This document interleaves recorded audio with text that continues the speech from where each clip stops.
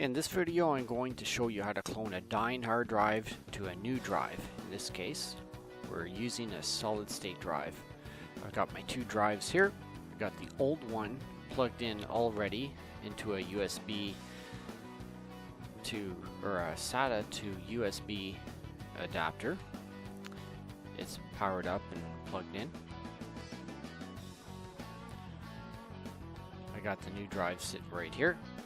ADATA solid state drive. And here's the adapter I'm going to be using. You can use any one of these from anywhere you can pick up. And it basically, it's got the SATA connectors.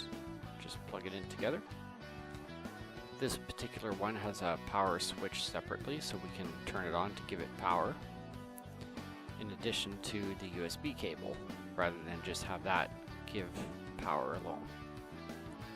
Now we're ready to move into the software. So we're going to be using a Acronis TrueImage, but before using this software we want to check the disk manager, because as you'll see, as soon as we open the software, the disk manager, it comes up to initialize the disk. We can't clone it if it's not initialized. So it'll show the disk number. We just click OK and it's initialized. If you scroll down to the bottom, you should see the last two drives plugged in, which is the old one, which is the source. In my case, it's disk 7, and the destination is disk 8.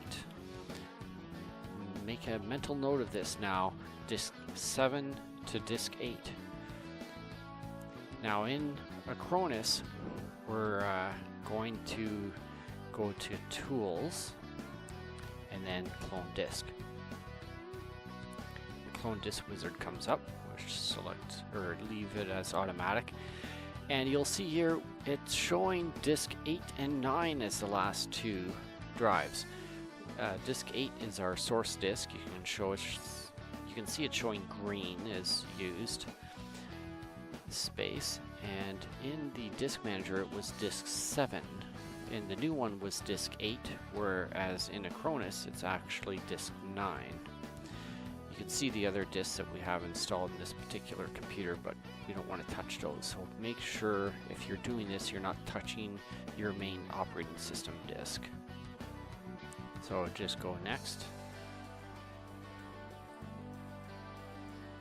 and after a bit of time we'll see we can now select our target disk, which in this case is disk 9. Highlight that and hit next. Remember, in the disk manager it was disk 8. In this case it's disk 9 in Acronis. Disk manager always starts the disks from disk 0, where Acronis starts from disk 1.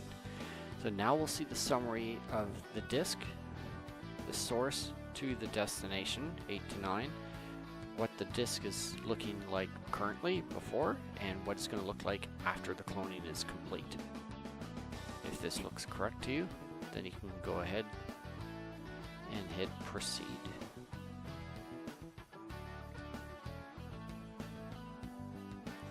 It'll come up with cloning the disk, and eventually it'll come up with an estimated time remaining.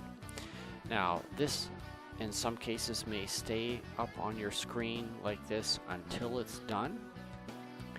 In some cases, it will come up within 30 seconds by the time I'm done talking here. If it hasn't popped up to prompt you to reboot the computer saying you must restart in order to complete the cloning process, or it will not do it. So you'll have to restart, and that's when it does the cloning. When it's finished cloning, it'll boot the computer back up normally. In this case, it looks like it's going to stay here on this screen until the cloning is complete. Once the cloning is done, then we can simply disconnect the drives and put the new drive into the computer, and we're done. Thanks again for watching.